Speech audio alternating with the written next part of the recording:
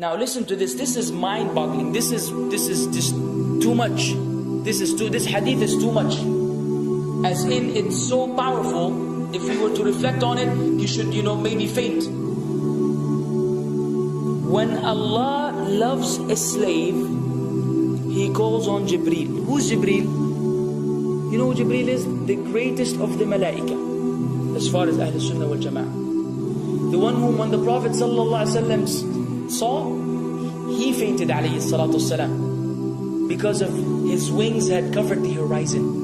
Jibreel, the angel who's responsible for the most virtuous thing, which is conveying the revelation from Allah to the messengers of Allah. Jibreel, and what do you know about Jibreel?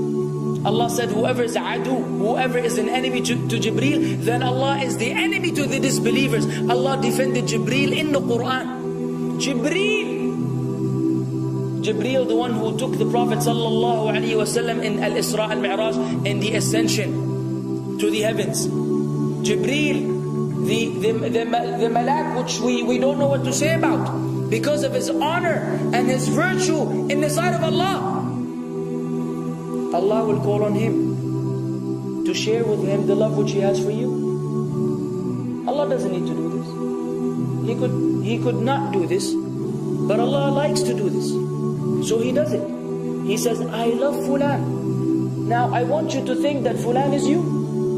Whatever your name is, Ahmad, Mayroub, whatever your name is. Imagine Allah above the heavens, above the throne, in His greatness and His majesty, which is beyond our human comprehension, calls out to Jibreel to inform him that He loves you.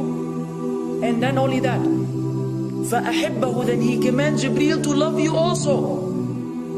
So Jibreel now loves you. Allah and Jibreel love you. But it doesn't end there. Jibreel then will call upon the inhabitants of the sama. Who are they? All the malaika. How many? We can't even count. Trillions and trillions of malaika which Allah created beyond our, again, human comprehension. All of them are commanded simultaneously to love you. First Jibreel says, Allah loves Fulan, so now you have to love him. Then all of the angels in the heavens love you. Then Allah will place acceptance for you on earth. So people will love you. Not everyone. You may be saying, why do I have enemies? People who love the Sunnah will love you. The people who love Allah and His Messenger will love you. The people who are upon the correct aqidah and methodology will love you. Other people may hate you because of a problem in them, not because of a problem in you.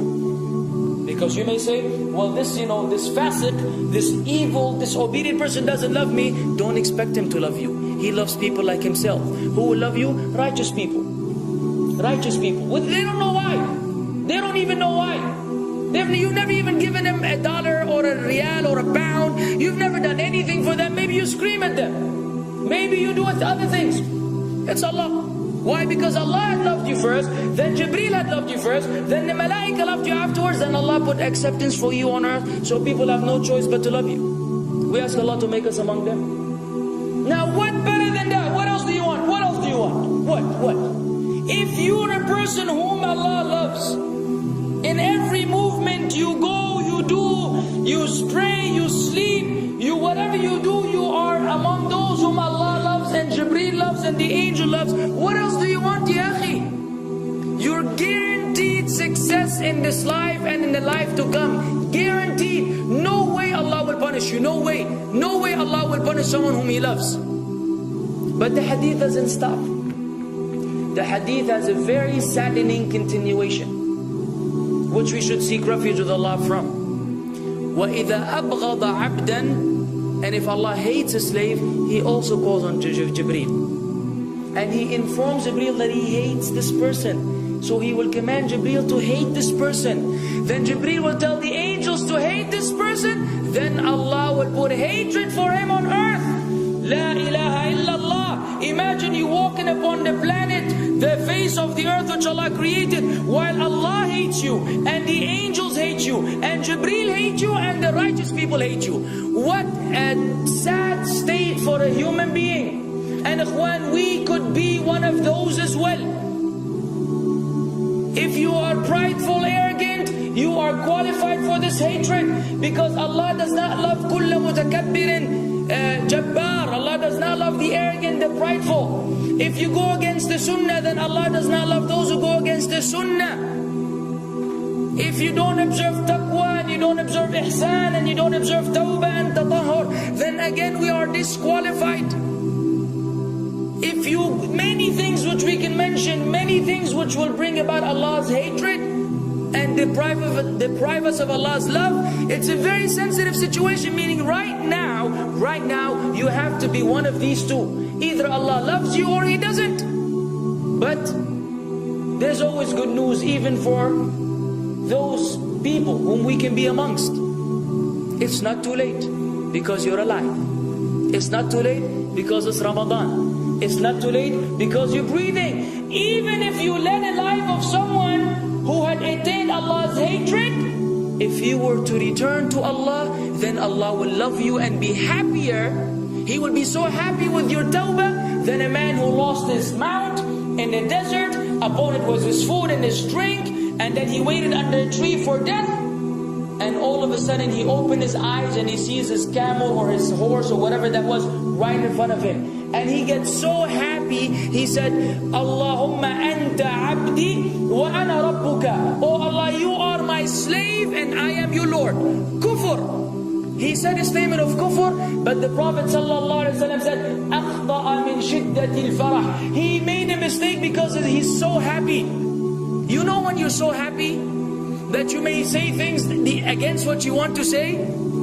When you're so happy that you just, you say words that mean nothing to anyone? Allah is happier when you return to Him than that person. What else do we want? For how long are we going to stay away from Allah? For how long are we going to lead the life of the heedless? For how long are we going to go against the sunnah? What are you waiting for? Death? Death. حتى إذا جاء أحدهم الموت قال رب ارجعون لعلي أعمل صالحا فيما تركت كلا. Until when death comes to one of them, you say, oh Allah, allow me to return so that I may do good in that which I left behind. And it will be said to him, no, it's only a word. إنها كلمة هو قائلها. It's nothing but a wish and a word he will have. It will not be fulfilled. Let us not wait for death, ya akhwan. If each one of us here, by Allah, if each one of us here acted upon the sunnah, lived according to the sunnah, and invited people to the sunnah, and enjoyed what is good, and forbade what is evil, wallah, we will make a major change in the city in which we live. And if Muslims hearing this all over the world had that same attitude, then we will change the condition of the whole ummah. So no enemy can come and play games with us. We will squash them, all of them. Because Allah will defend. In tansurullah yansurkum wa yuthabbit aqdamakum. If you aid Allah's deen, Allah will aid you and will keep your feet firm. But we don't even live according to the sunnah, let alone be given victory over the enemies. So we're being humiliated in everywhere we go in the world. So let us make that change. Now that Ramadan is here, now that you've been given this sudden inclination towards good, if we don't succeed, if we don't take advantage of this month, wallahi, we are losers. If Ramadan ends and you are the same way you were before Ramadan began, then one of us is a loser. If we don't return to Allah after Ramadan, then we are losers as well. So tonight, bi'idhnillah, always on our mind, attaining Allah's love, acquiring Allah's love, fetching for the sunnah, and acting upon it whenever we're able to do so.